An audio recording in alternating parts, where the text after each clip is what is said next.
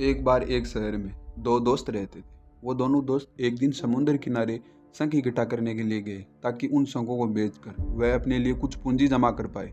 दोनों दोस्त शंख इकट्ठा कर ही रहे थे, तभी पहले वाले दोस्त को एक बड़ा शंख मिल गया और यह देखकर दूसरे वाले दोस्त के मन में आया कि यार, इसे तो बड़ा शंख मिल गया, अब यह मुझसे ज़्यादा पैसे कमा लेगा।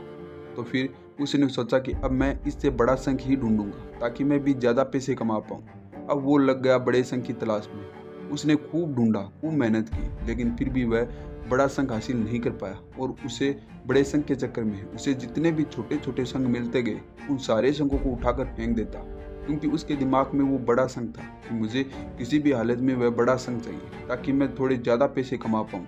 बड़े शंख की तलाश में दोपहर से शाम हो गई और शाम से रात हो गई, तो ना तो उसे बड़ा शंख मिला, बल्कि जो छोटे छोटे शंख उसे मिले थे उन शंखों को भी उसने फेंक दिया। उसके हाथ में कुछ नहीं आया और जो पहले वाला जो दोस्त था उसके पास एक बड़ा शंख था और कुछ छोटे शंख थे। तो रात हो गई और वो दोनों दोस्त घर जाने लगे।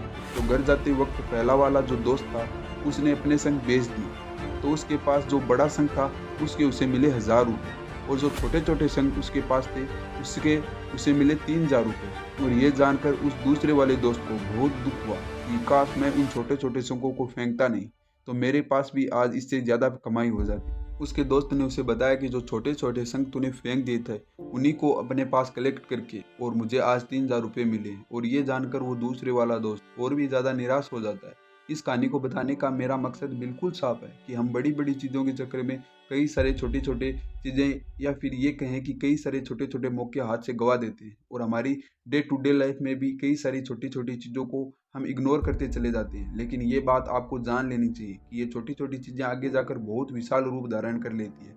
हर छोटी चीज़ पर ध्यान लगाओ, उसे इग्नोर मत करो, उसे आगे जाकर आपको उसकी अहमियत भी पता चलेगी।